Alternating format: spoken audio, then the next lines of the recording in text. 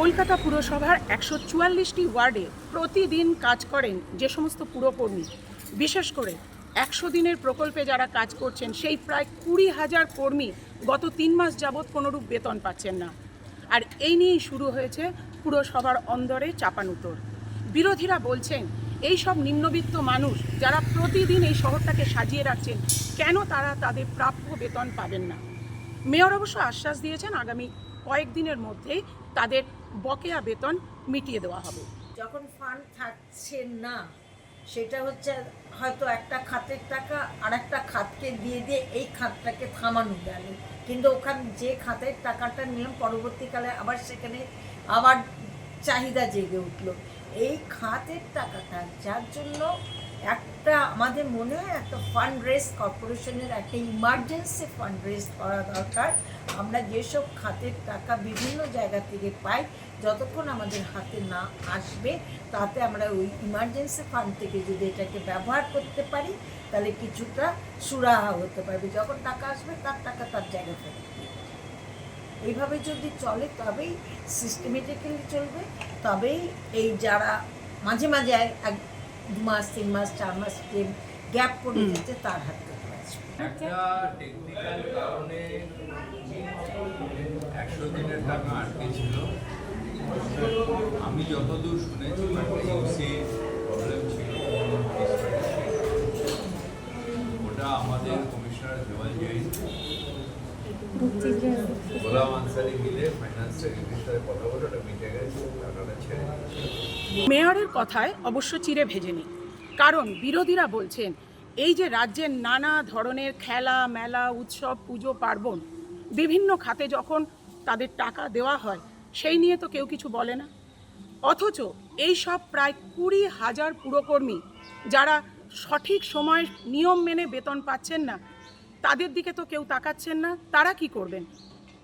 অবশ্য মেয়র বলছেন যে তারা তাদের বকেয়া বেতন পেয়ে যাবেন, সেটা নয় এ মাসে পেয়ে গেলেন, কিন্তু আগামী দিনগুলো তারা সঠিক সময় তাদের প্রাপ্য বেতনটুকু পাবেন তো?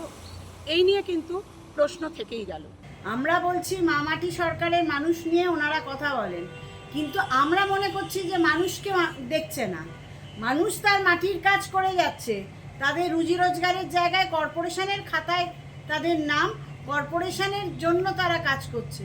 আমাদের প্রশ্ন হচ্ছে কে ইউসি দিল না বা কেন দিল না, সেটার প্রপার ইনভেস্টিগেশন হোক। আর এমার্জেন্সি ফান্ড অবশ্যই দরকার, কিন্তু সেটা ক্রিয়েট করতে গেলেও অপচয় বন্ধ করতে হবে। আজকে দোল মিলন উৎসব, ইফতারের দাওয়াত, বিভিন্ন পুজো পার্বণ ক্লাব, বিভিন্ন জায়গায় খেলা মেলায় টাকা যাচ্ছে, তাহলে কেন এইটা পরিকল্পনা আগের থেকে করা হয়নি যে এরম দিন? কারণ কলকাতা পৌরসভার আর্থিক অবস্থা দিনে দিনে বাজে হচ্ছে, ঘাটতি বাজেট ইত্যাদি ইত্যাদি আমরা বলেছি, এ নিয়ে আর বাড়তি সব বারবার বলে লাভ নেই। কিন্তু আমাদের কথা হচ্ছে যদি এটা এখন কেন তারা অনুভব করছে? 3 মাস অতিক্রান্ত হতে যাচ্ছে, 100 দিনের কর্মীরা মাইনে পাচ্ছে না, অনেকেই শুধুমাত্র এটার ওপর নির্ভরশীল। তাহলে এই চিন্তাভাবনা আজকে যখন আমি প্রশ্ন তুললাম, আমরা বামফ্রন্টের পক্ষ থেকে এই প্রশ্ন এলো যে কবে আপনারা দেবেন, আপনাদের চিন্তাভাবনা কি? তাহলে এই চিন্তাভাবনা কেন? যারা পলিসি মেকার তারা পলিসি তৈরি করছে 8 ঘন্টা কাজ করতে হবে ওয়েজ দিয়ে আর না দিয়ে, তাহলে তারা কেন আগের থেকে এমার্জেন্সি ফান্ডের কথা চিন্তা করেননি?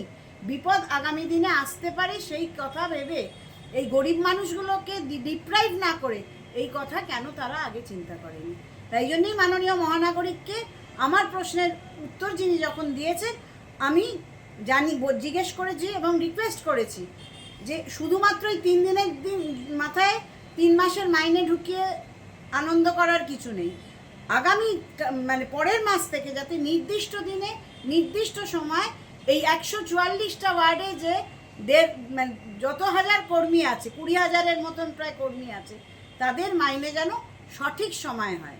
কারণ ঠান্ডা ঘরে বসে রিভলভিং চেয়ারে অনেক পলিসি তৈরি করা যায়, ব্যাংকেও টাকা ঢুকে যায়, কিন্তু এই প্রান্তিক মানুষ যারা আমাদের শহরটাকে পরিষ্কার রেখেছে, এই 100 দিনে এদের কোনো ছুটি নেই, এদের নো ওয়ার্ক নো পে। আমরা বাজেটেও বলেছি এদের জন্য অন্তত স্পেশাল কিছু লিভ, যেগুলো ন্যাশনাল লিভ, সেগুলোকে দেওয়া হোক, সেগুলো যেন ব্যবস্থা করে।